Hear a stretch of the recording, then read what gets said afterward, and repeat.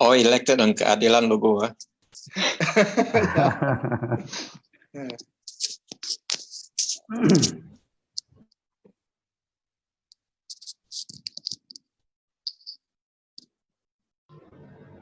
Okay, everybody, we are going to get started right now. Okay, good evening, everyone. Welcome to the KL and Selangor Chinese Assembly Hall webinar series. So the Chinese Assembly Hall is organizing a series of webinar on various topics depending on the political development.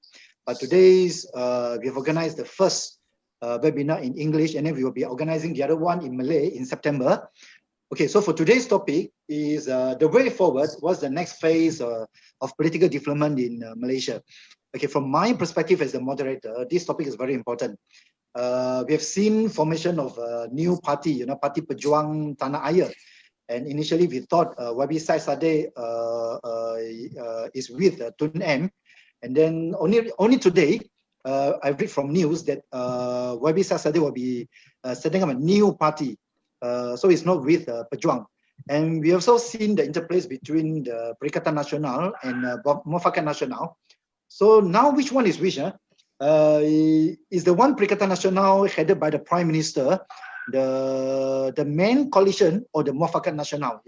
So given all these changing political dynamics, especially since the Sheraton move in February, we hope to explore the possible scenarios going forward. Okay, so I'm Heng, I'm the moderator.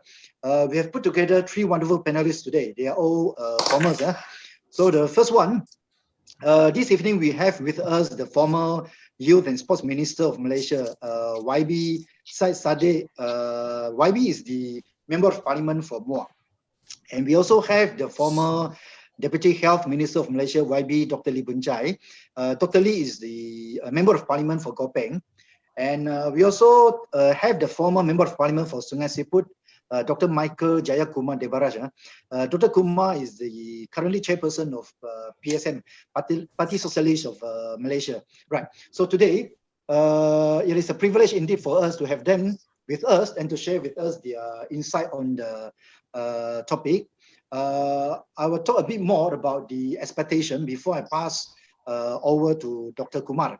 I think since independence until 2018, when we have the first regime change at the federal level, so it seems that we have been having only one model. It is the Barisan Nasional model, a larger coalition with about, I think, 13 or 14 component parties, and then with the dominant party UMNO having say on almost most of the things. And then later, 2018 to 2020, you have a Pakatan Harapan model, a smaller coalition with about 3 to 5 component parties, 4 actually, and then with 1 Barisan, and then each having equal say, And later you have the Sheraton move, and now you have Perikatan Nasional, Muafakat Nasional, and Pejuang, and the new party going to be set up by YB Syed Saddiq.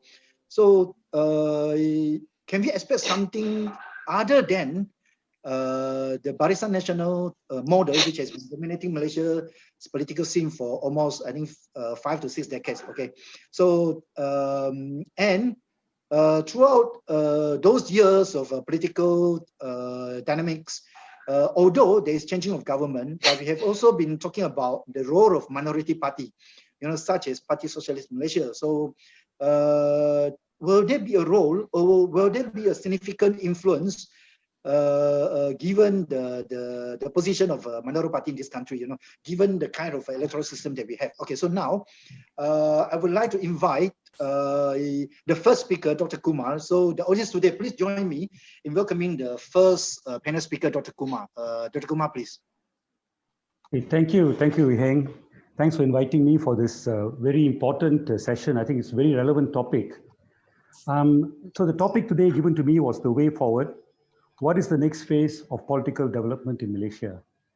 So to discuss how to go forward, we've got to take stock of where we are and how we got here. And actually where we are is actually worse off than where we were at the end of 2017. In 2017, we had a good coalition which was challenging the BN on issues of governance, on the issues of corruption, on issues of having a better deal for the marginalized people, and was a multi-ethnic coalition that had been put together. And in May 2018, this coalition won with about 25% of the total Malay vote in Semenanjung, about 90% of the Chinese vote, and about 85% of the Indian vote. That was in 2018. First time, like you said, that an opposition group has taken over from the BN. But within 18 months, there was a huge drop in Malay support for the Pakatan Harapan. At the time of Tanjung Piai, in about November of 2019, the 25% had dropped to about 15 to 17%, right, depending on which survey you look at. And I think this is the reason why Pakatan fell. It lost support, especially among the Malays, and also among the non-Malays as well. But the question is, why was the drop so much? And I think it's important in this kind of talks for us to be honest with our assessment.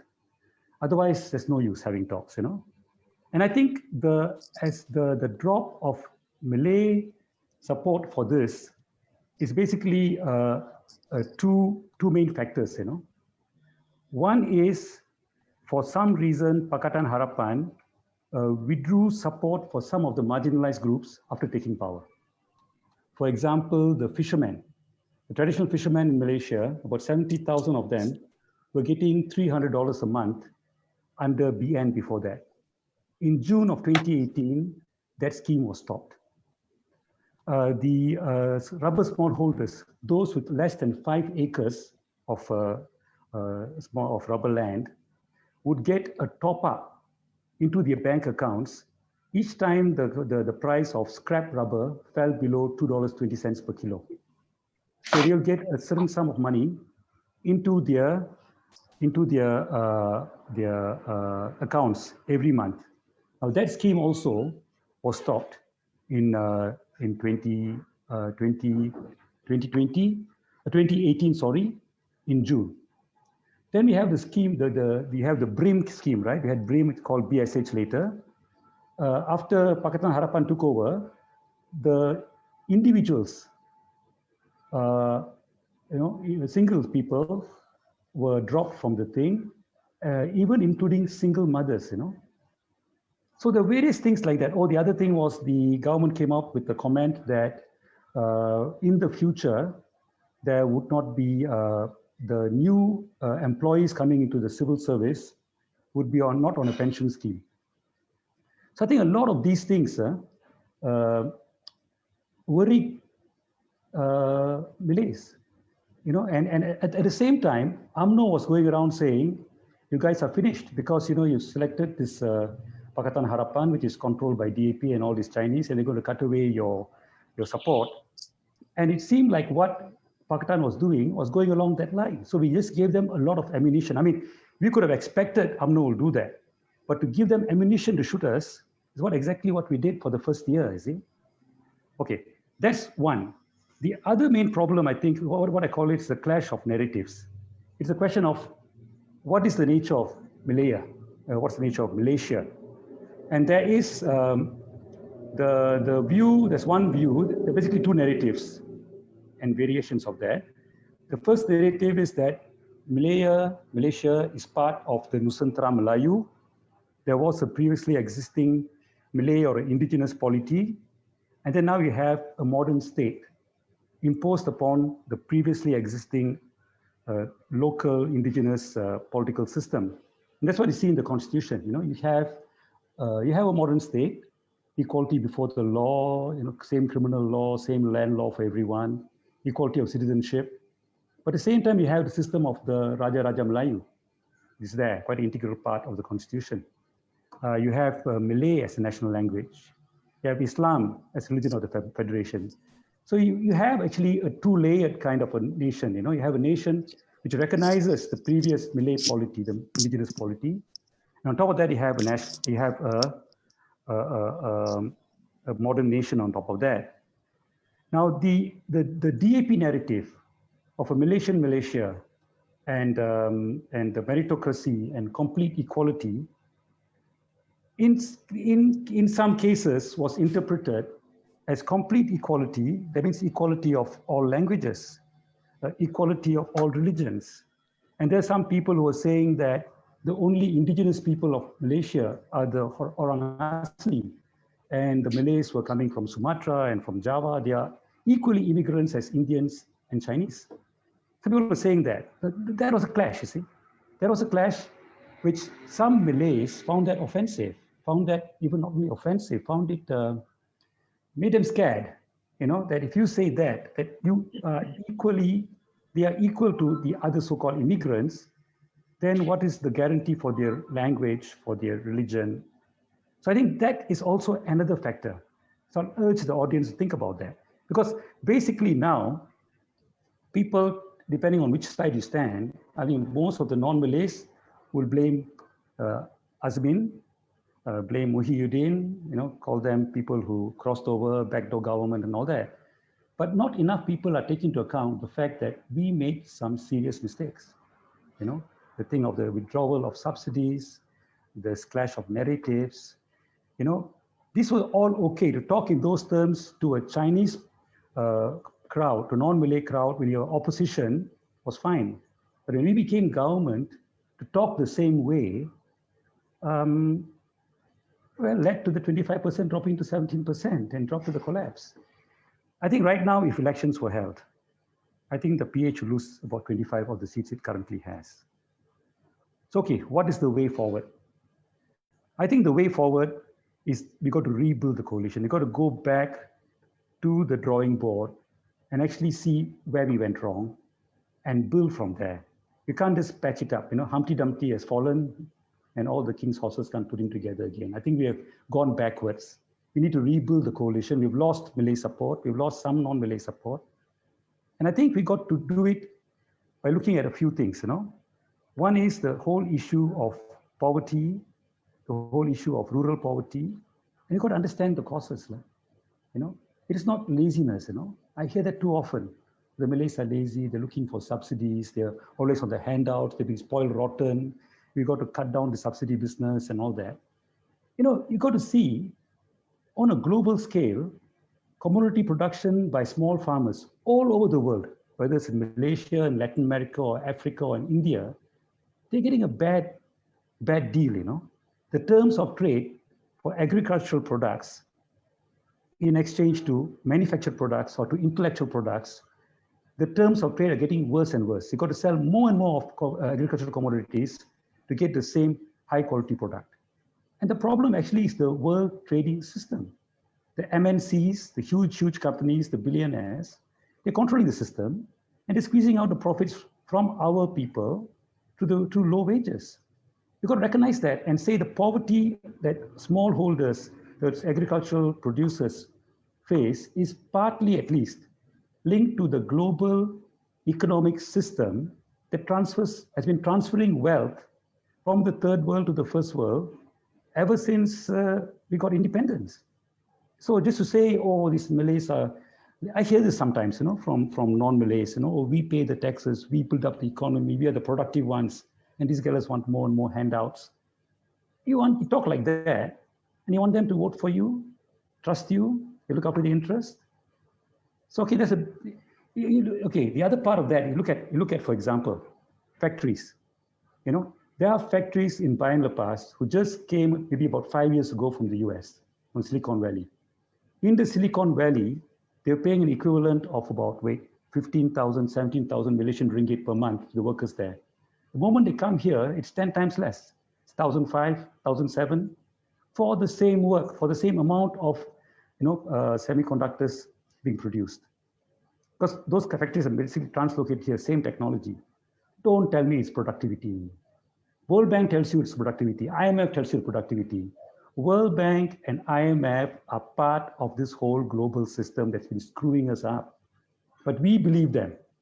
Somehow, productivity of the work comes down so much, comes down tenfold when it shifts from America to here.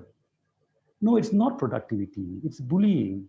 Because the firms that translocate here, they give out their work to be done in Bayan Lepas. They also translocate to Vietnam. They also have a factory in Bangkok. And if our local factory says, hey, look, don't pay me so low, pay me a bit more for this product, pay me maybe about You're only now paying me 10% of what you paid your factory in America. Pay me 20%. You'll say, I'll go to Thailand. I'll go to Vietnam.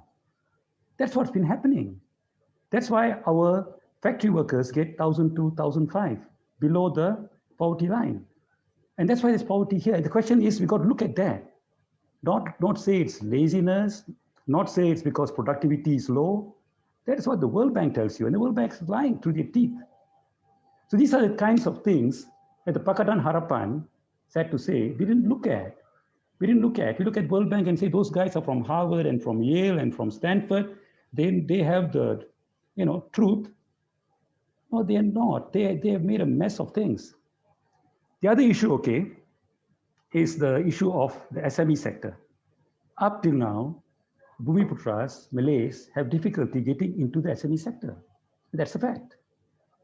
So the question is, a government, the PH government is going to be government for the people. They wants to settle these kinds of imbalances, must do something about it. Of course, UMNO has been doing it, but the problem is the way UMNO does it, some crony gets hold of the help, of the credit, or of whatever, and becomes just a rentier.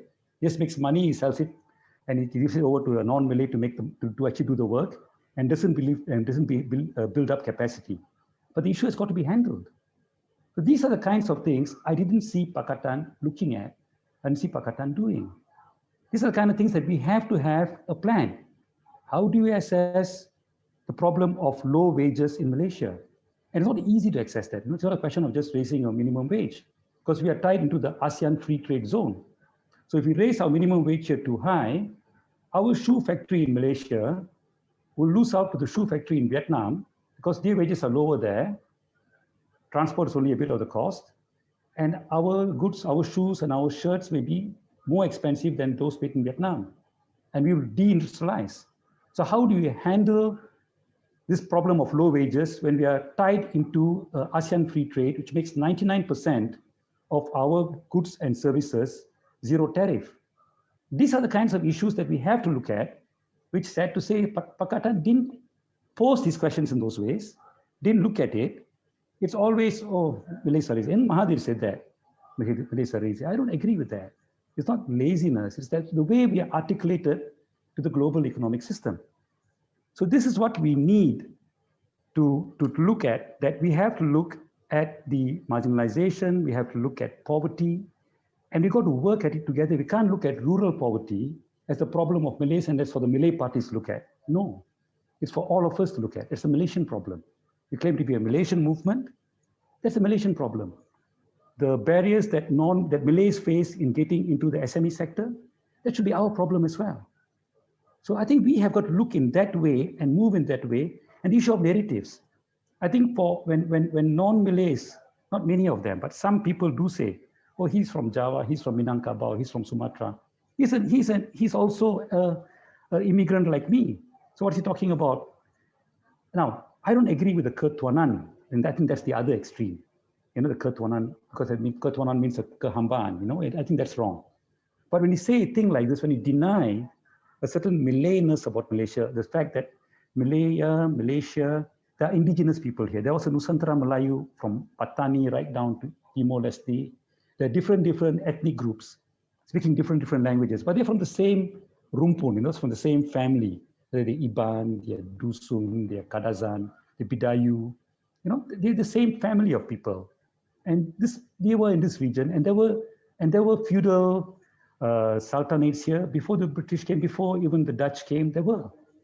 So this is a reality, and we don't lose anything by saying that, So I think, we should also recognize that, even progressive Malays, even Malays who supported the reformacy movement will find that kind of statement, you are equally an immigrant like me, so don't talk so much. They'll find that offensive. So we don't get that, we can't get our minds around that, and then just blame them and say, oh, you go back to kleptocrats, Why did they go back to the kleptocrats? Because we drove them back to the kleptocrats by taking away their subsidies, by challenging the notion that Malaysia was a part of the Nusantara Melayu, that the federal constitution recognizes that. We challenged that. Not all of us, but some of us did. And the others didn't speak up. So this is the problem that Pakatan faced, that Pakatan created. If Pakatan hadn't done these things, it wouldn't be so easy for Pakatan to have been kicked out. So the other thing is that we need to have a roadmap, a proper roadmap to look at all the major issues, you know. I mean, you just can't go on just one or two things, oh, kleptocrat all the time. I mean, you know, sure, there are kleptocrats, and that's an issue. Okay, but how about the issue of graduate unemployment? That's a major issue. And it's more among the Malays, second among the Indians, least among the Chinese, you know, and it's a real issue. And don't just say, oh, more English, more soft skills. This is something that, you know, this guy Keynes talked about. It's called technological unemployment. You know, as society gets more and more productive, you need less and less people to work. So the way out, actually, in the longer term, is that everyone works less hours. We have a 30-hour working week so that the jobs available are evened out to more people. But to do that, you must pay more per hour worked. The rate of pay per hour must more than double. Then people can makan lah. Otherwise, right now we cut off make it a 30-hour working week. You won't be enough to eat, won't have to support your family. So that, which means the issue I talked about ASEAN is, if we reduce our working week and raise our wages, we are koyak because we lose industry to other ASEAN countries, you know, and the larger multinationals will shift out of us. So we got to talk about that. How do you handle that issue? You know, I'm not talking about protectionism, but I think it's a good time to look at that because even Trump is talking about it. I don't agree with Trump, but Trump has opened that issue that this kind of free trade actually may be bad for a country. To what extent can we sacrifice our workers' wages and our workers' living standard on the altar of free trade? To what extent is it free trade? To what extent can we accept ISDS? To what extent can we accept these patent laws?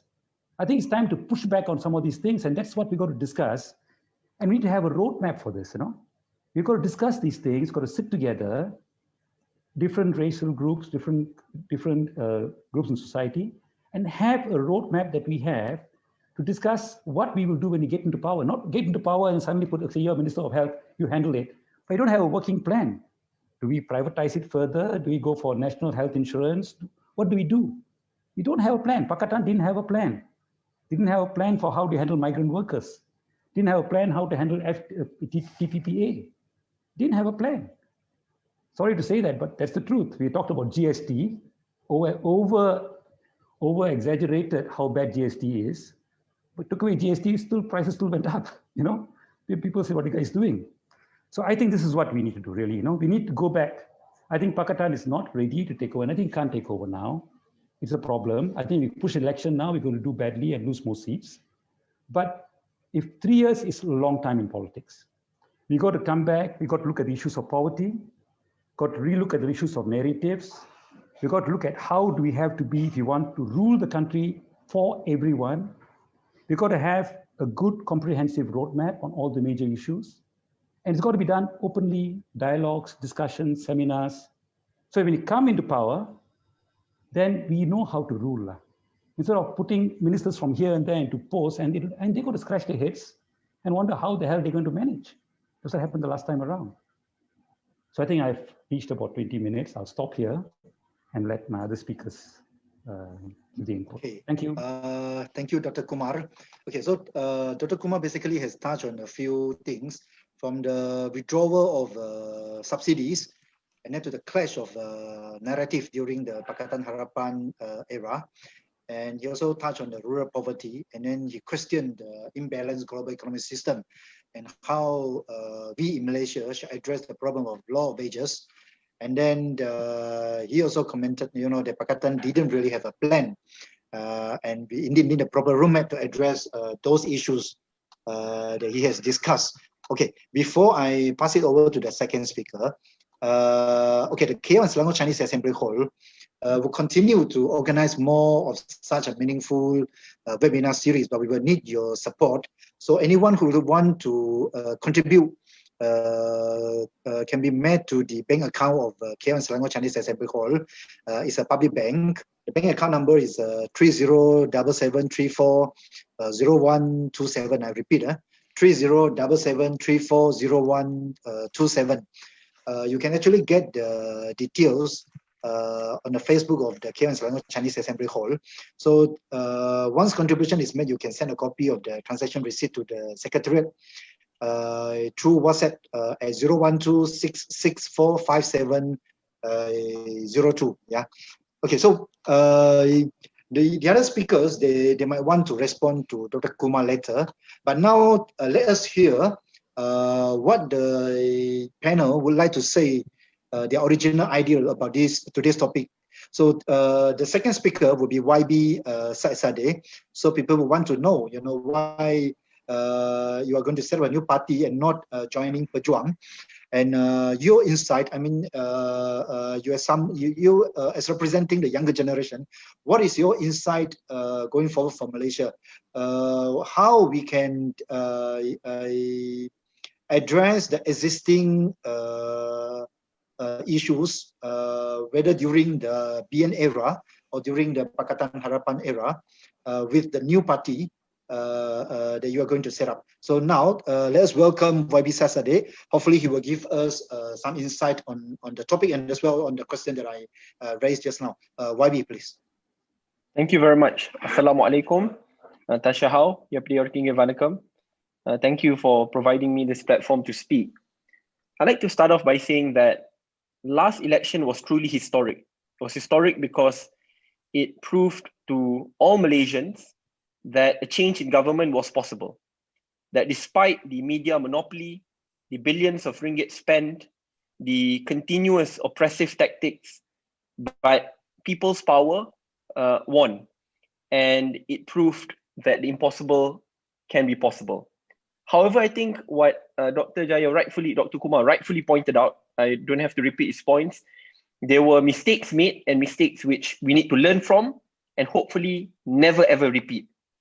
But what is clear is that last election and what is to be next election will be vastly different from one another. Last election, we did the unholy coalition by aligning to Dr. Mahathir with Datuk Sri Anwar Ibrahim. It worked then. It managed to unite different political factions. And in the end, despite PAS leaving the opposition coalition then, we were able to maintain support within the strongest and most formidable opposition bloc, which was the Harapan coalition then. So it worked during that election. However, looking at what happened post-Sheraton, a lot of Malaysian voters, not just young people, including those who are much older, are quite disenchanted with today's political scene. Same politicians, same tactics, same policies, which we want to try to enter election and expecting to win, using the same tactic which we did before and expecting to get the same result, despite the fact that the fractious political tactics led us to where we are at today. And yes, obviously, mass defections were to be blamed, but at the same time, I concur with what Dr. Kumar rightfully pointed out. We made our fair share of mistakes. There were a lot of mistrust with one another, especially within coalition partners. At the same time, there were policy mishaps. We were not focusing on the right issues. We thought that we could tighten the tap during the first 2 years and open up the taps during the final 3 years. So it's about tightening the belt at the initial stage and then opening it up, during the final 3 years. But I think all of that didn't happen because we were not given a full mandate 5 years' time. And we focused on ICET, on Rome Statute, and many others, despite the fact that the focus should be on dealing with the cost of living, quality of education, providing jobs assistance, and dealing with massive wage inequality, which to me was one of the biggest issues. So when we focused on many other issues, in the end, the more pertinent issues get drowned out. So where are we at today? Today, we're looking at a government which I believe is even more unstable than the previous government. Why do I say this? Despite the fact that we had divisions in the previous government, the division was more on PM candidacy, on when the transition date will take place. And to me, we dealt with it horribly, and that definitely contributed to the downfall of Pakatan Harapan. And those who still live in denial should seriously wake up, that it was due to our miscommunication, it was due to our mutual distrust, and it was due to our inability to provide the best assistance to those who are genuinely in need, which led us to where we are at today. So we have to wake up, right? We have to admit to our mistakes, apologize, and find a way to come together to move forward as one united force. So on this matter, I think Dr. Kumar was spot on. However, let's honestly assess the government which exists today. The reason why I say it's even more fractious is that now they're not just discussing about PM candidacy for next election. Every single day, every single week, there will be top leadership among components parties asking for parliament to be dissolved, and parliament to be dissolved immediately. So can you imagine how foreign investors or local investors would feel knowing that parliament can be dissolved at any point in time? And not just that, due to the government only holding a 2 majority in parliament, that means at any point in time, government can collapse. Let's say Zaid Hamidi, after this is found guilty in court. He would have a number of supporters, and then they decide to withdraw support from government. Government collapses, right? Or let's say, for an example, Bersatu election is just over, and a few MPs who are dissatisfied and who want to pull support and maybe join Pejuang. Government collapse. There are so many variables in place which may lead to the collapse of the government. Now they are discussing about dissolution of parliament at any point in time, despite the fact that PM has not mentioned this, but Zaid Hamidi has mentioned this, Tok Mat Hassan, the president and deputy president, have mentioned this. The president of PAS has asked for a fresh mandate to be called immediately, therefore for fresh elections. So definitely we're looking at a highly unstable political scene as we speak. And not just that, the fact that the vast majority of MPs which Bersatu holds today come from UMNO or from or for those who defected from different political parties show that the political scene is unstable. How can you call for fresh elections when seat negotiations are ridiculously tough because the majority of Bersatu MPs originate from UMNO? How would UMNO members feel? How would UMNO as a party feel when they have to sacrifice 13 of their seats in the seat negotiation process? So, and that's why we see UMNO members and UMNO leaders not just asking for the dissolution of parliament, but bravely saying that Bersatu should be dissolved. Can you imagine if a PKR or DAP or Amanah leader back under the Pakatan Harapan administration asking for Bersatu to be dissolved or asking for parliament to be dissolved immediately? I think all hell would break loose. But now it is a new normal for top politicians to ask for parliament to be dissolved and asking for Bersatu, the Prime Minister's party, to be dissolved immediately. I mean, to signify this, in the midst of the slim election, UMNO's head in Perak asked for Bersatu to be dissolved. I mean, can you imagine how unstable situation is? I mean, I do acknowledge that back then, Pakatan Harapan Perak was fractious as well, and they had their problems. But can you imagine if a DAP member or the DAP head says, Bersatu, you should be dissolved? Again, all hell will break loose. So we are looking at a fractious political scene, an unstable and uncertain political environment which we are entering. And at the same time, we're looking at an electorate, the Rakyat, are tired and exhausted of the same politicians, same leaders who are unwilling to let go of power, still insisting that they are not to be blamed, we should blame everyone else but themselves, and expecting for the people to accept this. That is tragic and unfortunate, and I believe it is time for genuine change and reforms to take place.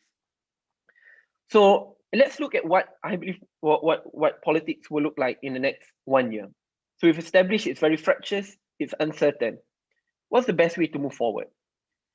I believe it is timely, and before I talk about my own movement, I think the reason why I'm here, being where I'm at today, is because I'm frustrated.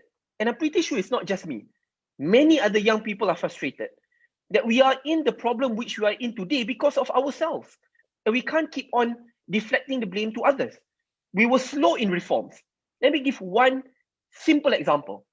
On Undi 18, a constitutional amendment which took 1 year for cabinet to agree. And mind you, it is in Pakatan Harapan's manifesto. But even for me to convince cabinet, it took about a year. And every time I raise it in cabinet, there's no urgency. Oh, never mind, let's postpone it. in, during next parliamentary sitting. And then during the next parliamentary sitting, oh no, let's postpone it again. Let's postpone it again. You know, even up until the end, it was about to be postponed again. You know, until I put my foot, I said, this is ridiculous. How much more postponement are we going to go? Let's look at other things. Political Funding Act. I was tasked by Cabinet and Majlis President Pakatan Harapan to look at the political funding reforms. And I did a presentation. MACC and GIACC and the Tan Sri Abu Qasim did the consultative process. We went through it and it was supposed to be tabled. And again, we kept on postponing, pushing back the dates, pushing back the dates. Putting a 2-term limit. Again, it was pushed back. PTPTN. This is one of the most important promises, right? Where repayment starts when a person's salary reaches 4,000 ringgit. Finally, when we agreed, it was in the month of February, and then the change in government happened. It was supposed to be announced during the first stimulus budget in the month in late February, early March. But again, it was too late. And it's not that we couldn't do it. We could. To say that we didn't have money is a lie. We can't keep on saying that. We do. So to push for, reforms were slow. Money was not being trickled down, which should have. We had the money and we had the capacity to do so, but we waited until it was too late. Entering the third year would be too late because the frustration was already there. So I believe reforms should have been faster. At the same time, economic reform should have been there even faster as well. However, let's be frank and honest. When we talk about FELDA, FELCRA, a lot of the small holders who suffered, as YB Kumar mentioned, this was under the purview of the Minister of Economy and the Deputy Minister of Economy. And let's ask ourselves, where are they today? So, to me, that Sri Azmin, is still a friend, but it's ironic that yesterday in his campaign speech, he could mention that, oh, it's the fault of Pakatan Harapan for 22 months, and mentioning in FELDA. And he was the minister in charge of FELDA. So I think on this part, yes, we are all to be blamed. But there must be a sense of shared responsibility. Because I remember every time there's a discussion about FELDA in cabinet, we will support it. When there was a push for there to be a unique FELDA stimulus, we supported it. When FELDA needed billions of ringgit to be saved, we supported it. So, it's not that we didn't support. I think everyone needs to play a proactive role, and everyone at the same time must take up responsibility as to what happened. So personally, I believe it's timely for all parties to usify their structures. That means PKR must push forward more young faces. DAP must push more young faces. Bersatu, which is under Pejuang now, Tun, should push for more young faces. If you look at the same leaders, same leadership, and unwillingness to change, then you're expecting the same old solution, which led us to where we're at today, and the same process to be repeated and for us to lose again. So we need to try something new. You know why a lot of young UMNO members are frustrated with UMNO, or even Malays are frustrated with UMNO today? Is because despite the fact that there are UMNO top leaders who have clearly been linked with clear-cut corruption cases, one has even been found guilty in court, and yet no structural changes have taken in UMNO. Same leaders, same policies, and same attitude. So do we really want to make the same mistake? When we already acknowledge and we have the benefit of hindsight, it's time for us to move forward. So what am I focusing on? I believe it's time for us to create a strong youth movement. And when I say it's a youth movement, it cannot be exclusive only to young people, but it's youth-led, which policies are new and policies which truly can lead to economic reforms. And at the same time, it must be multiracial and multi-religious. It must cut across different groups and communities to unite to bring an actual new Malaysia forward. We cannot talk about new Malaysia, but when we are in government, we don't reflect what that new Malaysia genuinely looks like. And that leads to frustration among the people, and in the end, the collapse of the government due to mistrust and miscommunication. So I think when we give an opportunity to young people, especially acting as a pressure group, pressure force, and a strong, solid, united movement, I believe that can lead to genuine change in Malaysia. It has been done in many countries, whether it is through a non-partisan movement or through a partisan movement. But the point is, young people are given a more important place in deciding on Malaysia's democracy. We need new technocrats, we need professionals, we need young politicians to come together to spearhead that effort. And it must be multiracial, multi-religious, it must be well encapsulating of the true Malaysia. If we, up to today, see diversity in race, religion, ideologies as a liability, that means we're not embracing the true spirit of Malaysia.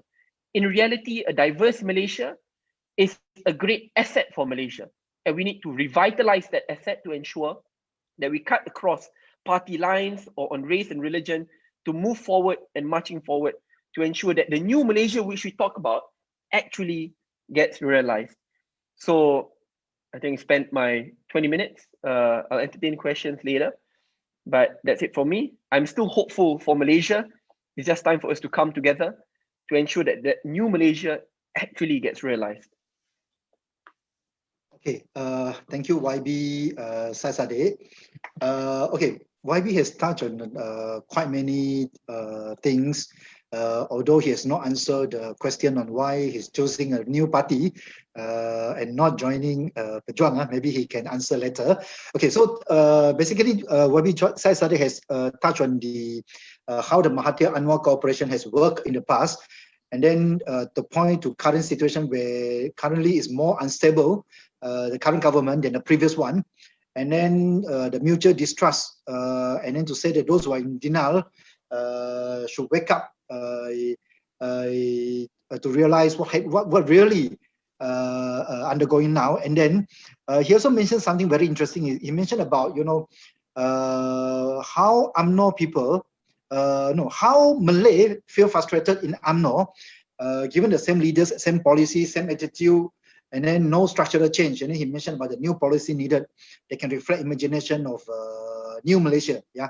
Okay. So before I pass it over to the third speaker, someone has just contributed 20 ringgit. So we hope more will come. You can always refer to the details of our bank account on the Facebook of the KL and Selangor Chinese Assembly Hall. Okay. So the last speaker, I will consider him as a veteran. Veteran in the sense that he has been in the Reformasi when so few Chinese was in the Reformasi movement, and he has been there until today, although quite many have left Keadilan. Okay, and he also mentioned just now that all the formers today, the speakers, have actually contested using the same logo in the past election, the Keadilan logo. So now, without much further ado, I would like to invite Dr. Lee Boon Chye to share with us his insight on the topic, as well on some of the questions we mentioned just now. Dr. Lee, please. Yeah.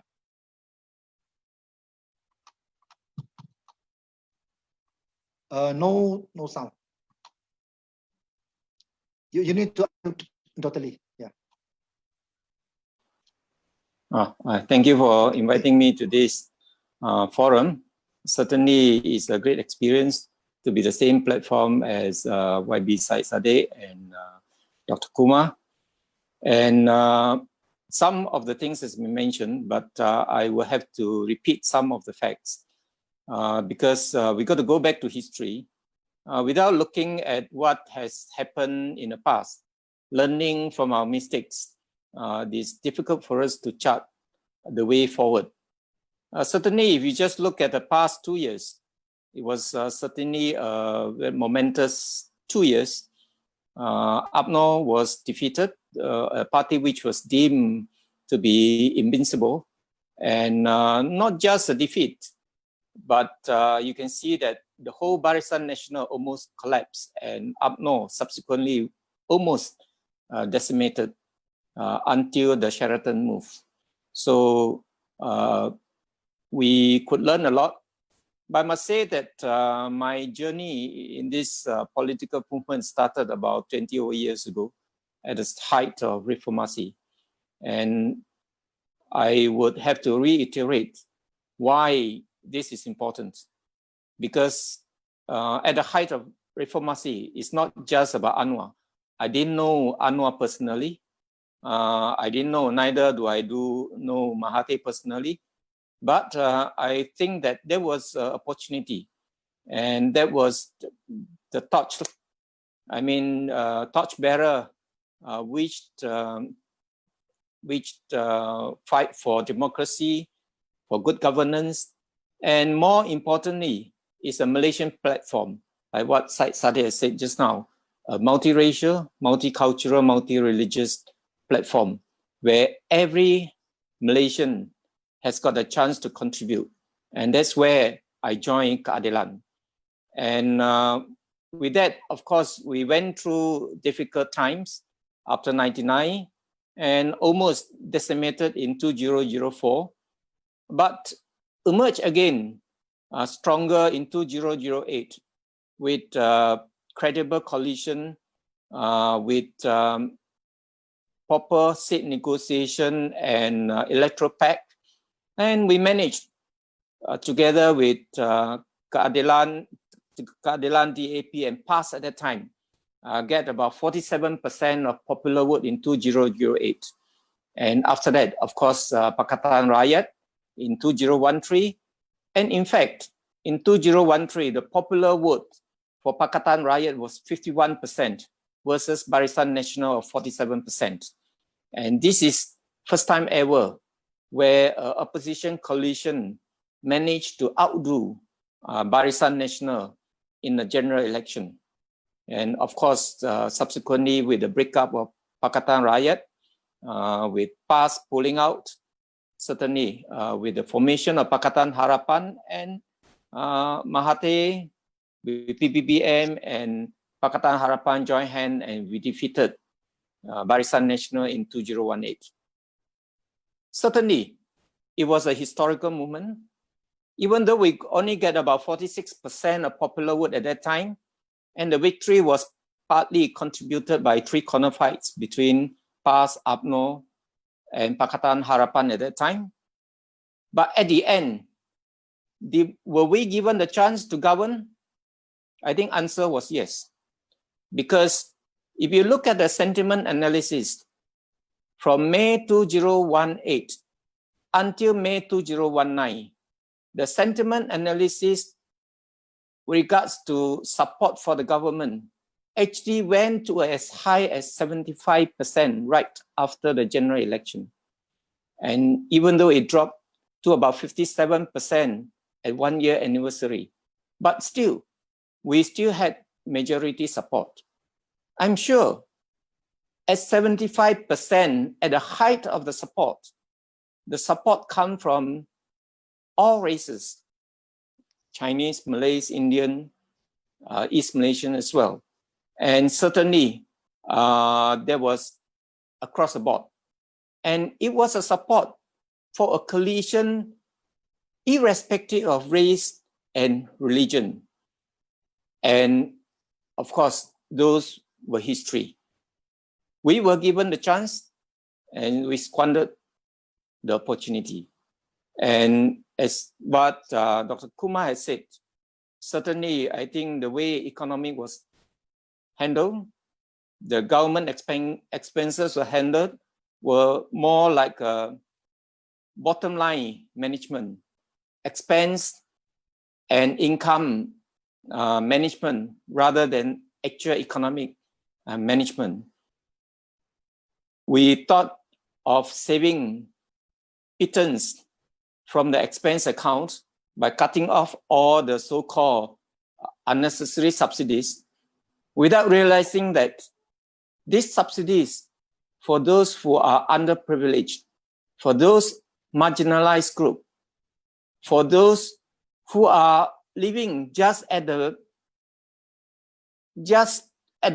borderline, cutting off even 50 ringgit or 100 ringgit a month, to them is a matter of whether they have food on the table during dinner time.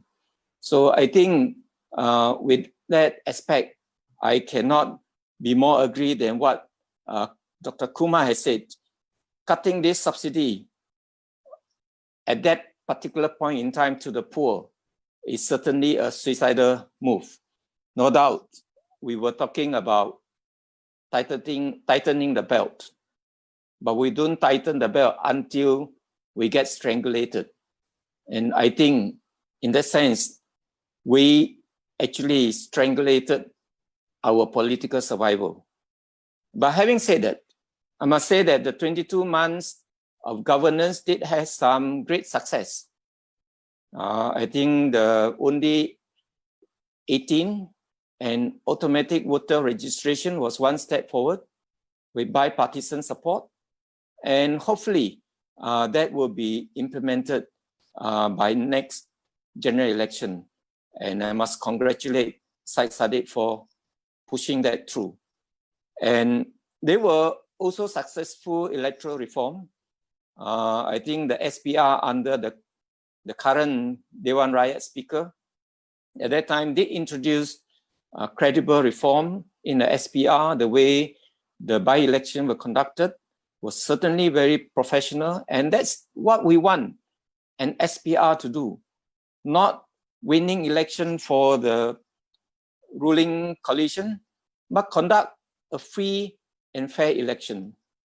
We also have set up, I think, approved several anti-corruption measures, including GIACC, including declaration of assets, and certainly the media has enjoyed much more freedom over the past 22 months. So, but most importantly, what will be the way forward? As what Syed Saddiq has said, the PN is fragmented, but opposition is also fragmented. I think if we want to repeat the success of 2018 or before, certainly some electoral coalition has to be formed. And I do hope that subsequent political coalition, it should be cooperation based on policy, based on principle, and not based on expedience of winning election. We have gone through that. We have proved to the Rakyat that BN is not infallible. We have proved to the Rakyat that alternative government is possible. We have crossed that's our hurdle. I think the next stage, we should be presenting a credible coalition based on common policy platform.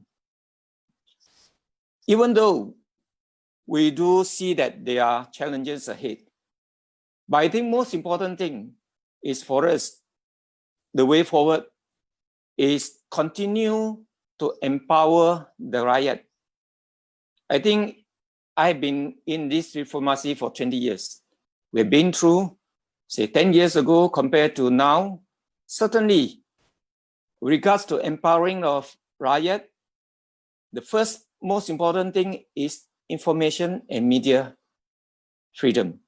And on this aspect, we are much better now compared to 10 or 20 years ago. Certainly, Rakyat has got more access to information to make a well-informed choice. And we also had a better electoral system, and with the reform which was initiated, certainly I do hope that the subsequent election will be a much better level playing field, the way forward. I think the most important thing for the coalition, if we were to form, to set a higher standard for good governance. Even though we look at Upper Malu Bosku, is certainly a contradiction in what we have achieved over the past 22 months. But some of the measures which Pakatan Harapan has introduced cannot be rolled back. Take, for example, the Deputy Defense Minister support letter become a big issue. In the old days, during Barisan Nasional's days, these support letters are norm. They are not exception. In fact, most of the project carries a support letter. And there were rumors who say that even appointment to see the minister or deputy minister got to have some goodies in order to get the appointment and get the support letter during Barisan Nasional's time. So certainly some of these things will not be rolled back because rakyat is empowered. So I think, as I said just now, we need a credible coalition, not political expediency. And this coalition should not calculate based on race, winnability based on race, based on racial breakdown. I think most important thing is this coalition should be holding steadfast to a basic principle founded on federal constitution, founded on democracy, good governance, and justice to all Malaysians. We can always argue what is justice, what is democracy, what is fairness, but I think the fundamental principle should not change. I say one of the greatest failure of Pakatan Harapan was at some stage, we were trying to recreate UMNO outside of UMNO. We were trying to emulate the success of racial politics in Barisan Nasional itself. I think that charted our failure. I must re-emphasize that I think we cannot recreate UMNO outside of UMNO. Similarly, we cannot recreate past outside of past. The reason being, we can never be more Malay than UMNO. Neither can we more Islamic than past. We also cannot be more Chinese than MCA. If you want to be more Chinese than MCA, then we will lose the Malay words. Similarly, if you are more Indian than MIC, you will lose the words of other races. But I think whatever position we take, policy we drafted, it should be based on principles, not on race. I think this should be the basis of forming coalition subsequently. I do hope that we all hold on to a Malaysian platform and we do hold on to upholding democracy and good governance. And I do hope that eventually this will work. We need to regroup all the progressive forces in and outside of the government. And I'm sure when election is called, there will be a lot of organizing before, regrouping before, and regrouping after the next general election. I do hope that whatever we decide, whatever we do, most important thing is we all together make Malaysia better, make Malaysia more democratic, make Malaysia more with better governance, and do hope that each and every one of us will not be left out of the development. Thank you. Okay, thank you, Dr. Lee. Okay, so Dr. Lee Boon Chye has touched on a few things. One is the momentous 2 year, the 22 months that YB Saddiq mentioned just now. And then he also touched on the importance of the history of reformasi. And then he agreed with the, there's one point raised by Dr. Kumar, cutting subsidies without realizing its implication for marginal groups. So Dr. Lee said this is basically a suicidal move. And then he also mentioned about a situation where both, it's not just the ruling parties, even the oppositions are fragmented. So, but the things is that we have proof to the people that BN is not infallible. Okay, so the suggestion, the way forward presented by Dr. Lee is that you need a credible coalition. But that coalition, what basis to form that new coalition? It shouldn't be what we have seen. Some were trying to create UMNO outside of UMNO, MCA outside of MCA. So there's a kind of a reminder, I think, basically to some of the component parties, even party like DAP, because Dr. Lee has mentioned that, if you were to be more Chinese than MCA, you will lost Chinese votes.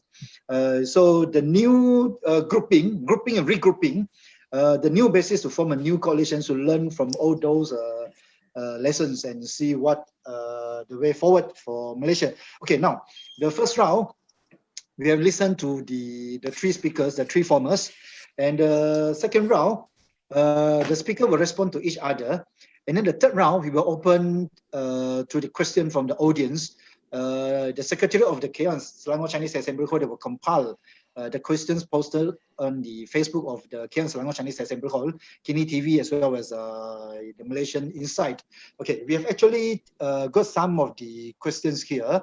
Let me read you the question, and later we will get back to the speakers to respond to their own the point they raised during their first round of presentation.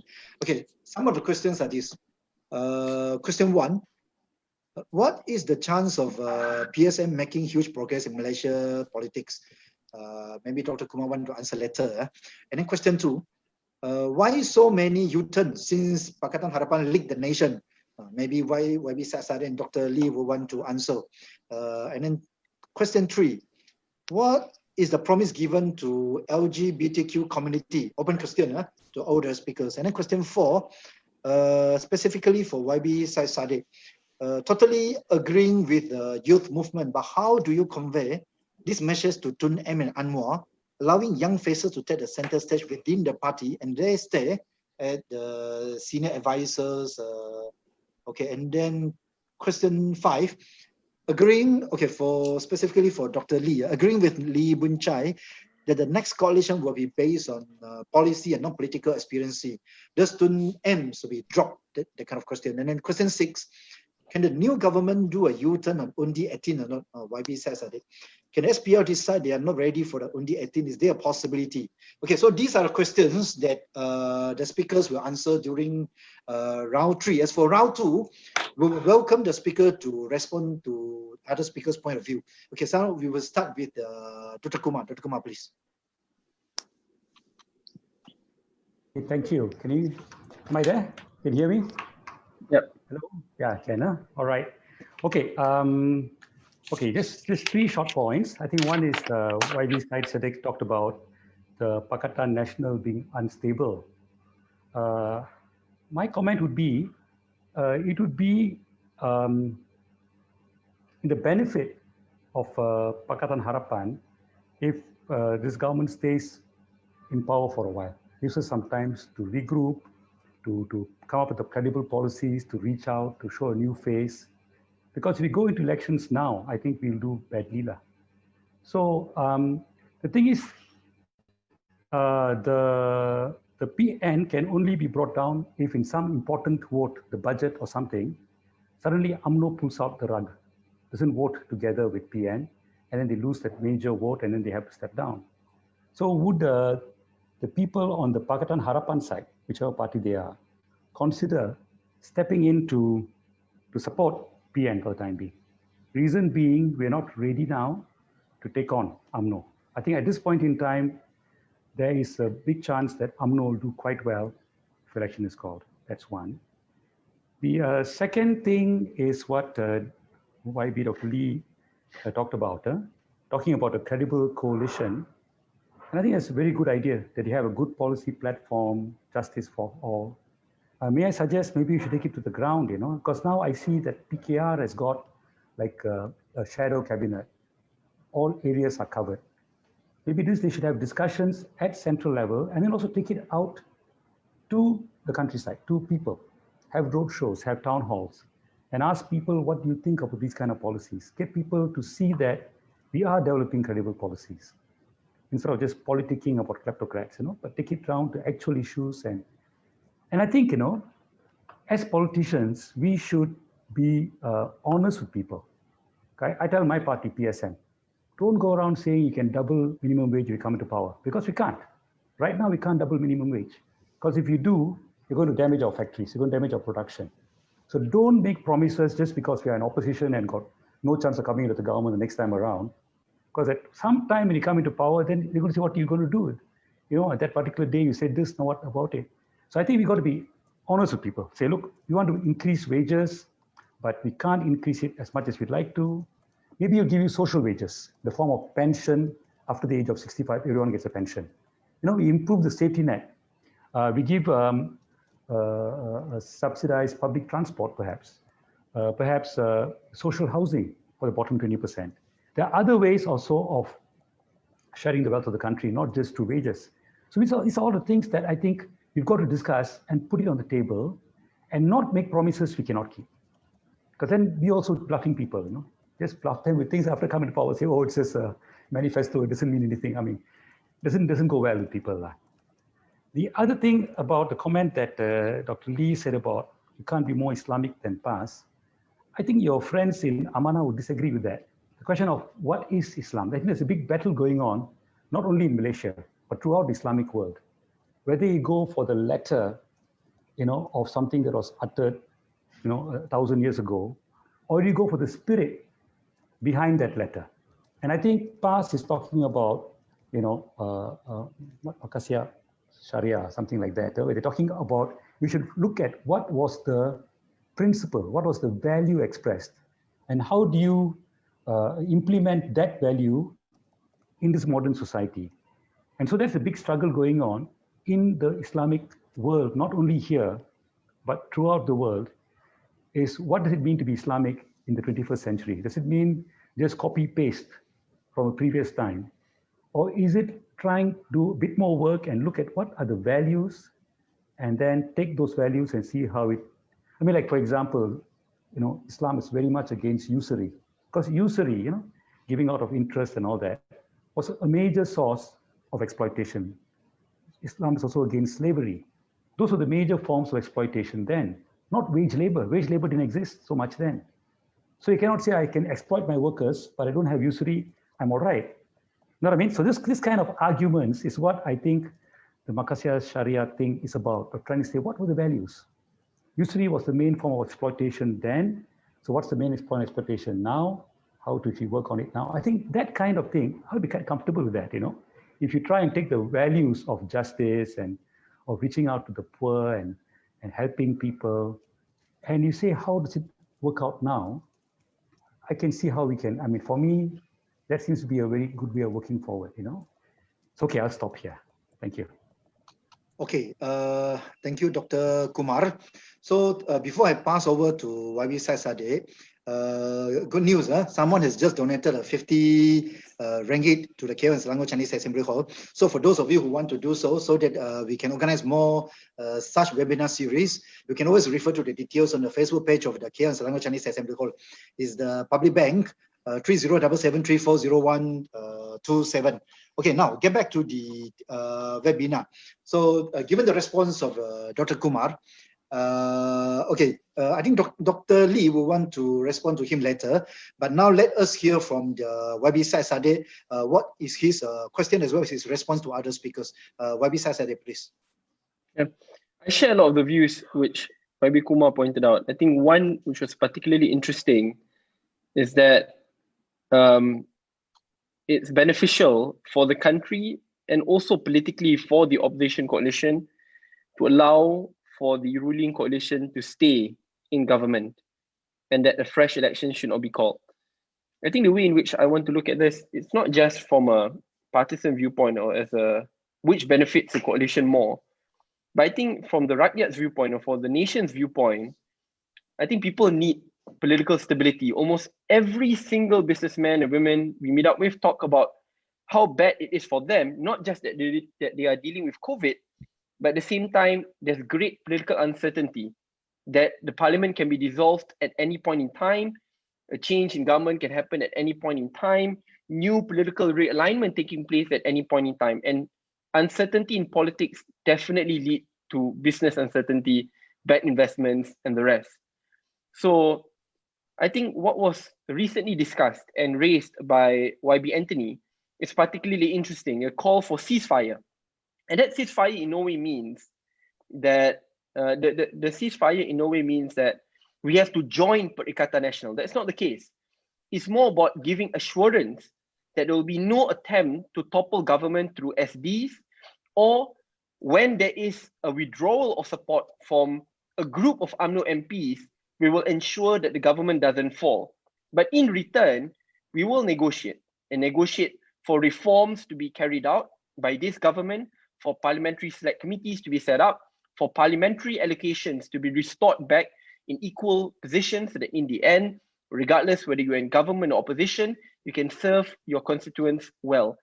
I think all of this should be discussed openly on the table and to be put on the table so that in the end, it doesn't matter whether election happens 1 month from now, 2 months from now. The point is, when there is political stability, we can address COVID better, and investors will look more favorably to Malaysia.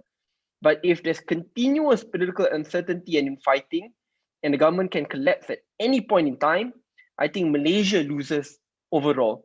So I think it's timely for us to put our egos aside, put our deep-seated political differences aside, but it's timely for us to work for the people and focus on what the rakyat need in dealing with COVID. So every side will have their own viewpoints. Every side will claim that we are politicking more than the other. But the best way is to come to the negotiation table and to discuss this in a matured fashion so that in the end, people win and not political parties or politicians alone. So that's my comment for now. Thank you very much, YB. Okay, thank you, YB Saddiq. So again, someone has just contributed. This time is a 5 ringgit. So again, we welcome more contribution. You can always refer to the details on the Facebook page of the KL and Selangor Chinese Assembly Hall. Okay, now I pass over to Dr. Lee to respond to the other 2 speakers. Dr. Lee, please. Yeah, I think certainly what YB Saddiq has mentioned about this ceasefire, I think there are still ways of working things out. It doesn't mean that new political alignment, but actually the PM or the PM government could actually negotiate with Pakatan Harapan or the opposition bloc regards to policy. We might agree on a certain budget. We might agree on, okay, how are we going to implement Undi 18, automatic voter registration? How are you going to go about political funding and similar policy? And we can work together and work towards a better policy for the good of Riot. I think that's some workable solution as far as this is concerned. I think just now Dr. Kumar did mention about Islam. I would like to say that, whether we like it or not, in Malaysia, a lot are more of identity politics. You are identified based on what you pronounce as what you would do, and not so much on the basic principle of what actually represents Islam. So I think until we can get out of that phase, you want to compete fast on similar platform, I think you will lose out. As I said, when you come to competition, you need to identify your core competitive advantage. If you are competing on opponent's advantage, you will always lose out. So I think that has to be clear. And just now, Dr. Kumar did not respond about PSM's role. I would like to give my opinion about PSM, what PSM can play a role.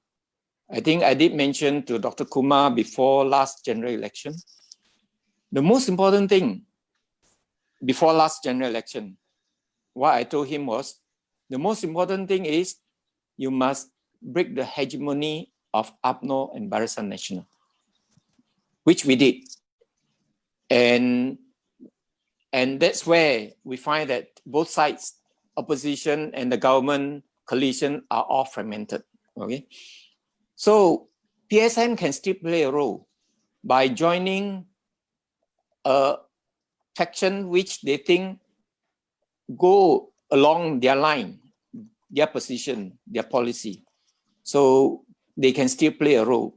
I think that's how political party function. Political party function doesn't just to gain power. Most important thing is political party influence policy.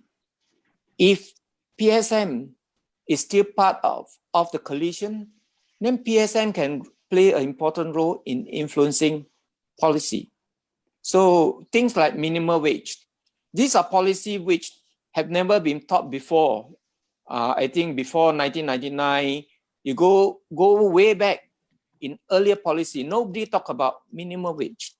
But because of involvement of PRM, PSM, and this thing become a main issue in the Pakatan Harapan Manifesto. And at the end of the day, even Barisan Nasional have to concede and implement minimum wage. That's what I mean. You know, in political coalition, in political movement, it doesn't mean that you need to gain power, but most important thing is to influence policy. With that, I thank you. Okay, thank you, Dr. Lee. Okay, so now we will go into round 3, where the speakers will be responding to the audience question. So basically, we have compiled, let me see, 6 questions. The speakers can respond to any of the questions. Let me repeat a quick one. So the first question is on the chance of PSM making huge progress. Is it okay? And then the second one is the why so many U-turn. And then the third one is what's the promise given to LGBTQ community. And then the fourth one is okay, how do you convey the message of youth movement to Tun M and Anwar, allowing young faces to take the center stage? And then question 5, the new coalition will be, okay, the suggestion by Dr. Lee that the new coalition will be based on policy and not political expediency. Is that means Tun M should be dropped? And then the last question, can the new government do a U-turn on Undi 18 or not? Can the SPL decide they are not ready for the Undi 18? Is there a possibility? Okay, so now again, we will go from speaker 1 until speaker 3 to answer one or any of the question. Dr. Kumar, please. Yeah. Okay, thank you, Heng. Okay, obviously question 1 is mine. The chance of PSM making huge inroads in the coming elections, I think is quite low, you know. I think in general elections, people look for which party can form the government. So until PSM grows to a point where we can put forward 60 parliamentary candidates and say we can form a part of the government, then we'll get votes. When you have put forward 2 or 3 candidates, our experience is they don't look at your track record or what you've done in the constituency. You know, I mean, say, yeah, you're a good guy, but you know, we want to decide who's going to form the government. We want to remove UMNO, we want to remove Najib. And the only party that can do that now is PH or PKR, you know. So that is the problem that we faced in 2018. And there'll be a problem that we face in the coming elections, whether it's going to be in a month's time or in 2 years' time. But of course, PSM also is trying to grow and trying to become a national party. You know, we have, in terms of policy and ideas, we are national, but in terms of members and branches and network, we're not yet. But yes, I mean, that's what we will try and do. But I think what Dr. Lee Boon Chye said earlier about we can still play a role in giving inputs into a policy is what we will definitely do, because I mean, we are quite.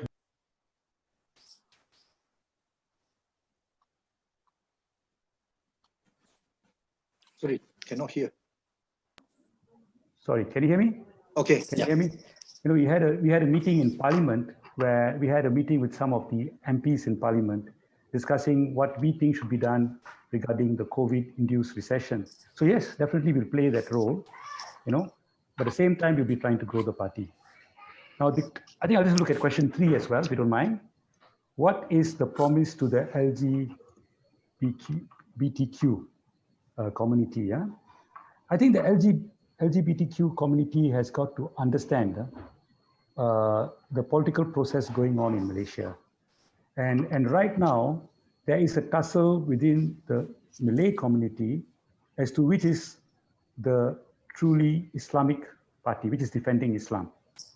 And so just like at one point in the past, communism, or the left was used as a red herring.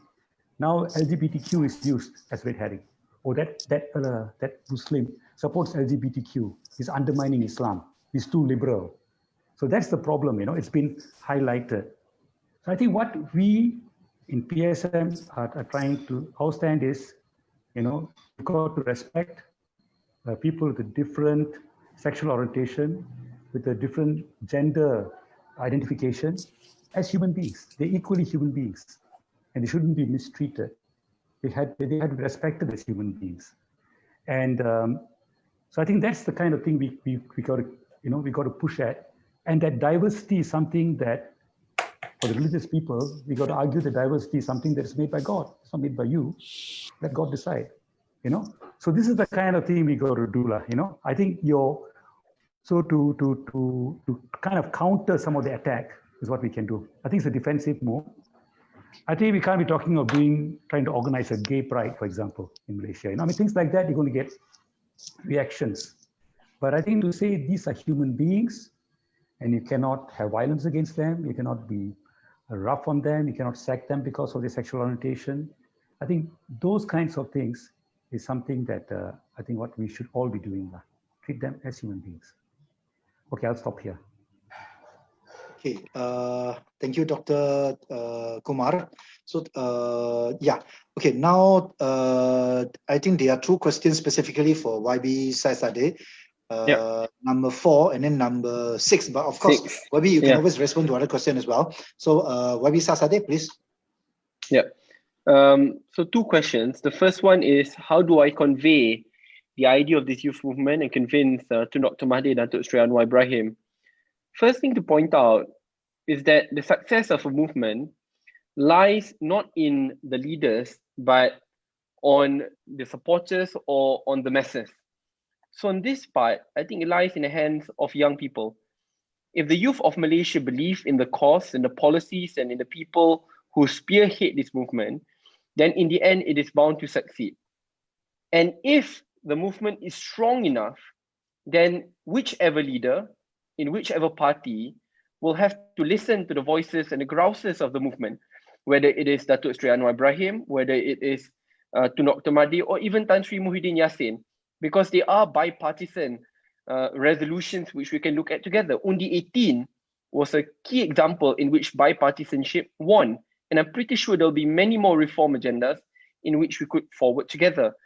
So in this part, I think it's timely for Malaysia to break free of the dominance of same leaders. Respect should still be accorded and should be given.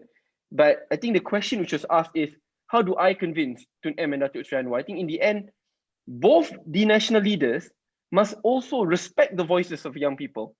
And they must also be brave enough to promote young leaders into the front line. And they did in many ways, right? Whether it's Tun M or Datuk Sri Anwar. But now I think it's time to even open up the gates even wider. What the fall of Pakatan Harapan has proven is, get more young leaders in, especially those with integrity, give them a chance, revitalize political parties, so that in the end, the opposition coalition will become stronger, more united, with fresh faces, more energy, to ensure that when we enter election, it will be a more united force to deal with. Personally, obviously, I've spoken to many party leaders about this agenda. So for more details, I think I do a great injustice if I disclose it now. Second question is on Undi 18. So I remember when we passed Undi 18, it was done unanimously in Dewan Rakyat and also Dewan Negara, which means that we had the support of all sides. And what was agreed upon in the negotiation process is that Undi 18 must come together with Undi Automatic and Calon 18, which is the person who reaches the age of 18 can also become a candidate.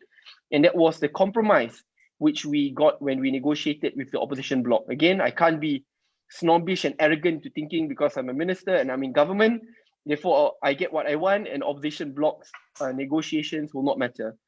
So in the end, we reached a middle ground. Opposition asked for 2 more concessions, we did it.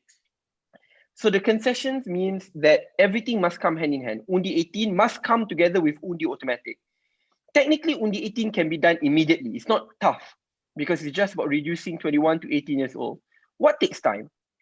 Undi automatic takes time because you need to create a new negative list, because according to our constitution, those with mental illness cannot vote, and many categories. So there must be a negative list. You must also update addresses of voters which have not been put in. So that will take a little bit more time, and that's why SPR said that there's a 2-year gap needed before date of implementation.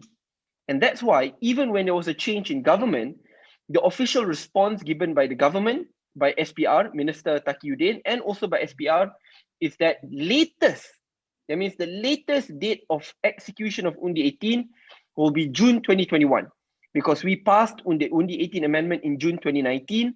So in 2 years' time, it should be implemented, which is 2021. So obviously, we're hoping the election will be after, so then it will be implemented. However, if there are attempts of government to sabotage, to suddenly make a U-turn, or to, they'll give bureaucratic reasons in doing so, they can try, but I'm very sure that the public will punish them. Similarly to what happened in last election, at the very last minute, Najib tried to do undi rabu, which rarely happens, so that he can suppress voter turnout. It backfired, by banning Bersatu at the very last minute. It backfired. These attempts, people will realize, and especially today, where young people are more conscious, and if really government, which is UMNO majority in particular, says kita perlu hormati perlembagaan, then they should respect the constitution, and the constitution has been amended, not just by Dewan Rakyat, but also by Dewan Negara. Unless they want to face the wrath of young people, I think they will abide by it. And again, it is an official answer in Parliament. We can bring it up to the Privileges Committee if they try to make a U-turn on this. So as of now, I'm fairly confident that Undi 18 will come in, because there's bipartisan support, resolution passed in Dewan Rakyat and Negara. So let's hope for the best. So these are my answers to the 2 questions. Before that, I have to apologize to the organizer because I have another live session at 9:30. I apologize. I have to make way. To both YBs, thank you very much. It's a pleasure listening to both of you. I mean, seriously, I think 2 of you are truly a breath of fresh air. Again, policies and reforms are not just based on age. It's also based on actual principles, and it's a pleasure also being in the same session with the 2 of you. Thank you very much, everyone. Assalamualaikum.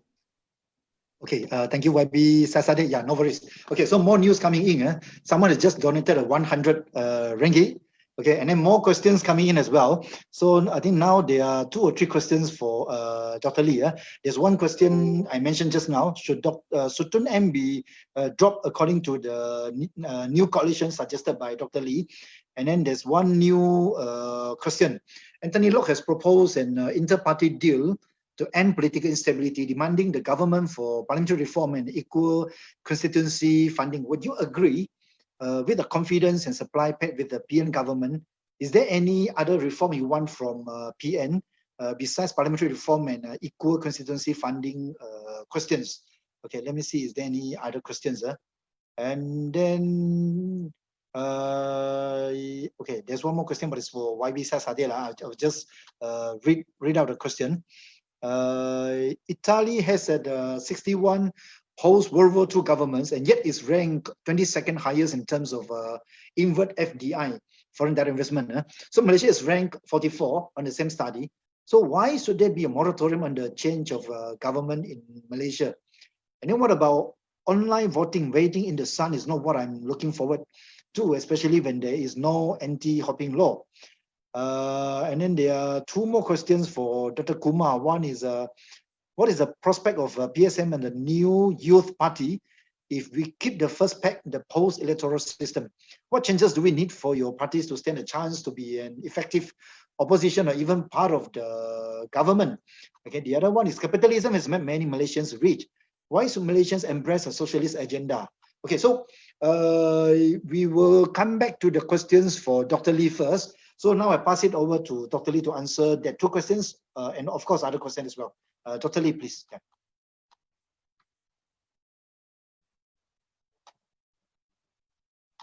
Your mic, Dr. Lee. Unmute your mic. Yeah, thank you. Okay. Yeah. Certainly, I think I did mention just now about negotiation, ceasefire, and beyond just electoral reform, parliamentary select committee, there are still many other things where both sides can work together, like budget, upcoming budget. Actually, they could, if they can accept some of the proposal from Pakatan Harapan, maybe we can have a unanimous decision to pass the budget rather than risking collapse of the government. So these are ways. And of course, there are many other bills which are coming up, like Majlis Keselamatan Negara, the bill, amendment bill, and the COVID temporary measure bill. And some of these could get bipartisan support, and we need not have to object all the time. And as long as there is a proper platform for consultation, and we can agree together.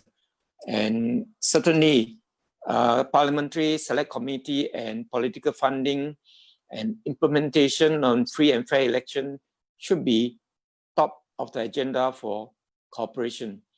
And that's one. Number two, regards to the role of the senior leaders. First of all, I think the continuing role played by Tun M is not helping the opposition, because whatever it is, most people will look at Tun M's role as transitional. That transitional role will not create stability.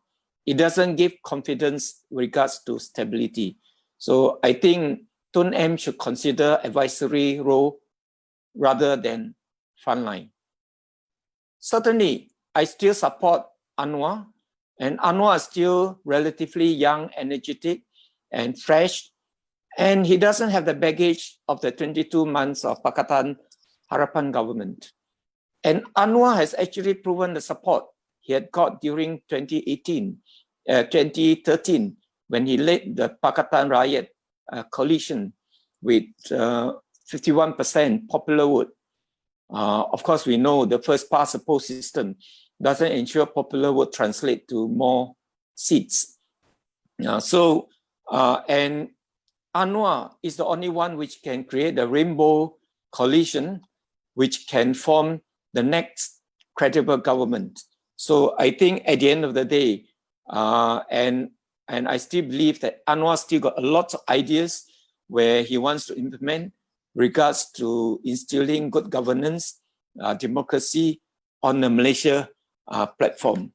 I think these are some of the things where I think it's important for Anwar to continuing to play important role in future coalition. But certainly I do take note that we need fresh blood, we need young people, and we need young professionals joining political movement. We got to make sure that the whole political scenario is not hijacked by a few political players. That's where we need more young blood, young people, young professionals to join in the game. And certainly that will help. And I would just briefly comment about this LGBTQ. I'm a doctor, so it's probably easier. I think we treat it like a normal variant of human being. It's just like somebody are short, somebody are tall, somebody behave differently, and we should not discriminate because of their orientation. And that's from doctor points of view. And there is actually medical basis for that behavior. They should not be treated as somebody who want to perform sin. They cannot be seen as someone who is sinful. They are not because of their choice. They are what they are because, as what Dr. Kumar has said, that what God gave them, that way it is. So I think on that part, that's what I think. So that's my comment just now. Okay, thank you, Dr. Lee. Okay, now time to wrap up, and then there are a few questions. There's one more coming in to ask Dr. Lee, do we need more political parties? And 1 minute. And the other one, Dr. Lee, congratulations for arguing for a policy-based coalition. A policy-based coalition requires the coalition having its senior parliamentarians to monitor all ministries and meet regularly to give coordinated responses. That's the gist of the idea of a shadow coalition with or without recognition from the government. PKR announced his front bench on July 2nd and had his first meeting on July 22nd and promised that it would be weekly. May I know what have your front bench discussed in your second front bench meeting? Okay, and of course, I've just mentioned other questions previously, those questions for Dr. Kumar. So, okay, now I would invite the speakers, Dr. Kumar and Dr. Lee, to wrap up and also to ask one or two questions I mentioned just now, if you want to. So basically to wrap up, to answer one or two questions, and to mention that main message I want the audience to take away, especially related to today's topic. Now we'll start with Dr. Kumar. I pass it over to you, Dr. Kumar. You have to unmute, Dr. Kumar. Yeah, I've done that. Okay. Okay, thank you. I think the message I want to give that is that we are at a very strange part of our country's development and history, because this COVID epidemic and the recession that it has caused is something that is going to linger on for a few months, maybe a year even, because the economy cannot go back 100% because of certain sectors like travel, for example, airlines, the hotel sector, our export to other countries, their markets are affected. So our GDP cannot go back to 100%. So our employment will have difficulty going back to 100%. And this will affect, especially the workers who lose their jobs or who lose overtime, have trouble paying their house rent, have trouble paying their bank loans, and also small businesses which will not have enough credit to roll over their bills and their other payments and can go bankrupt. So I think it's very important now for us to get together and make sure government funds are used to support people so they are not left without basic needs. And this is something if the PH can do in a very coordinated and vocal way, we can again bridge the gap with the marginalized. Because what happened in the last 2 years is that some of the people in the marginalized felt the PH doesn't care about us, doesn't know about us, cuts our subsidies. Now you go back and you talk about their needs. And so what the PSM has been talking about is a guaranteed minimum income, that every family will have at least $1,000 in their account every month. So at least food is on the table. If the PH can fight for that in Parliament and outside, I think it'll do a large amount to kind of allay the misperception that the PH didn't care about the poor. So I think this is an opportunity for the PH to make amends, to go back and do those kinds of things, because what the government now seems to be doing is trying to push money into large businesses in the hope that businesses will generate jobs. Now that is not going to work, because if you look at Keynesian kind of theory, aggregate demand has dropped 20%. So until you bring aggregate demand up to 100%, you can't get enough jobs. So you're not going to meet that problem. So we must have a standby plan to make sure, like a brim, to all those families which are not getting income of at least $1,000, we put money into their accounts. So at least they don't starve. I think something that, so what I'm trying to say is, this is a good time for the PH to come forward and correct some of the misperceptions that PH doesn't care about poorer sectors and all that, by lobbying these things. And I think you should make use of it. So that's what I like to say. And I think this thing about policy space, we have found in the PSM that we are talking about all these things. We're talking about climate change, we're talking about the trade system, we're talking about TPPA and all that. We don't have enough participation from the PH. The PH should engage on these things. If you don't attend our sessions, you should organize your sessions. You invite us, we'll attend. because I think these are the issues that are important. We can't just talk about Rosma's handbag and the chin chin and all that. Once in a while can, but cannot run the whole campaign based on that. We must have, there are serious problems facing the nation. We are stuck into a global system that is actually benefiting the global rich. I just read the other day, the top 12 billionaires in America increased their wealth by 40% between January this year and now. Can you imagine that? In a recession, they increased their wealth by 40%. Now that is the economy we're facing. It's not only Malaysia, but it is all over the world. So I think these are the issues that we have to handle. It's not easy to handle because we are part of the process. If we do something unilaterally, the process will hurt us. So how do you work together with ASEAN? How do you work together with G77? How do you work together with China? See, China now will be forced to increase wages so that it has got enough aggregate demand to provide enough jobs for Chinese workers. Because now with the US and the EU in recession, if China doesn't increase its domestic demand, it's going to have unemployment. They can't afford that. If they're going to increase wages, can't we also increase wages? Because these are the kind of things that they've got to talk. We've got to talk at some depth. So this is what I think we have to do. There was a question just now that just came in. What was the question? That was the question. Does Dr. Kumar support universal basic income? Just the question just coming in. Okay. So universal basic income is you pay a certain amount of money for all the people in the country. So let's say we have 7,500, 7.5 million families.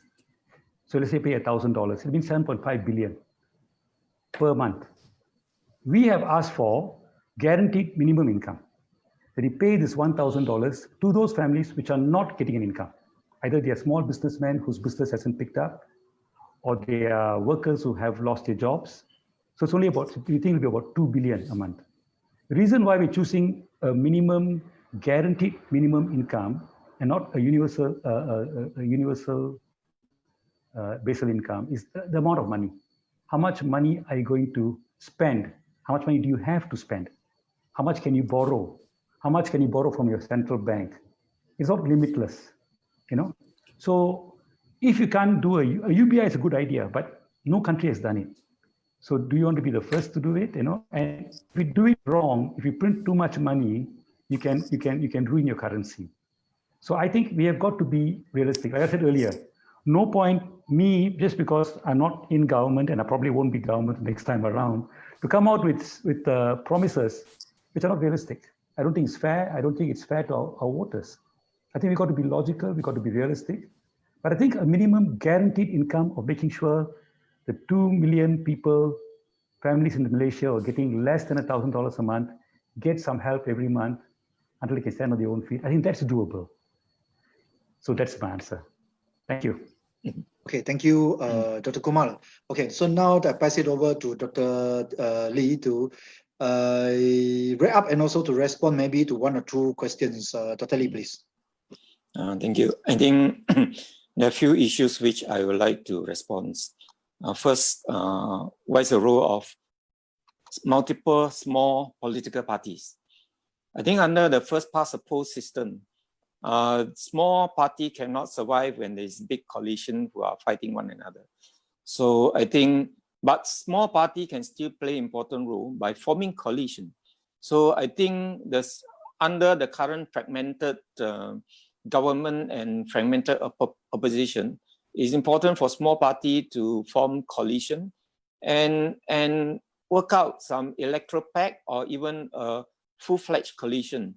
And as I said, the most important thing is to influence policy, not so much about getting into power for small parties.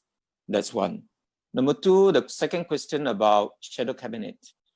I think there were lots of misconception about what Keadilan has announced about French bench spokesperson. It's not meant to be shadow cabinet because you just imagine how a cabinet function. A cabinet ministers, they meet every week. If they meet every week and discuss issues without the support of civil servant, their meeting is useless. They need the civil service, the bureaucrats, technocrats to back them up, to give the data and to do all the background work, paperwork, research, and such a existing policy, any contradiction with the other policy, any legal implication, and things like this. So it is impractical for opposition to form a so-called shadow cabinet. I think if we were to form a shadow cabinet and meet every week to discuss like a cabinet meeting, I think you're wasting your time. What Keadilan has done is we have spokesperson for major ministry and major department. So that's where we play the role. And since we have announced that, we have met every week with all the parliamentarians.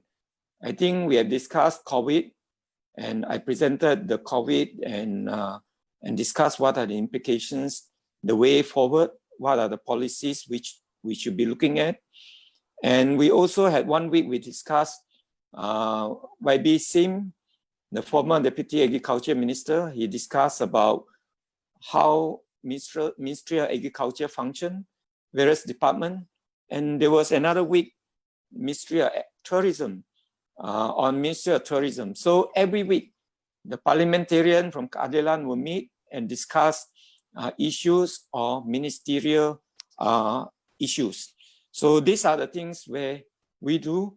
And on the background, like COVID, we also had a special health committee led by professionals, not me, but another professionals outside of the party who provide input on healthcare policies. And they also provide input to Dato Sri Anwar on current healthcare issue, on COVID, and so on. And there are many other committees which are functioning simultaneously. So this is how we work. There's one issue about capitalism and socialism. I think Dr. Kumar didn't answer that. I probably got to answer that just for interest sake. I'm not a socialist. I do believe that some degree of capitalism is essential for growth, but we also see that there are major shortfalls in capitalism, especially in the face of COVID-19 crisis. Certainly, we can see that over the past 6 or 8 months, the reach, what we say, well, the simple thing to say is earn money is easier than whatever labor input earning money, meaning that capital earn more money than your actual labor input. So there's a major distortion, especially under current economic crisis. So I think these are the things where we got to look at it. And of course, I'm always respectful of what Dr. Kumar has mentioned about various policy, but I have some reservation on some of the policy proposition because some of the policy may not make sense with regards to the economics. Some like I'm not sure about the wage guarantee. And I also looked through some of the COVID initiative, and I do think that some policy, even though is affirmative, but it may not, at the end of the day, sustainable. So I'm not economist, but neither am I a socialist. So that's my comment. With that, I thank you. Okay, thank you, Dr. Lee. So I'm Heng, Chief Executive at the KL and Selangor Chinese Assembly Hall. So let me thank Kini TV and Malaysian Insight for cross-posting the live stream at the KL and Selangor Chinese Assembly Hall. And I hope the audience have gained something and you enjoyed today's webinar series. And also, let me thank the panelists, YB Saddiq, YB Dr. Lee, and also Dr. Kumar. Okay, thank you everyone. With that, I end today's session. Bye-bye.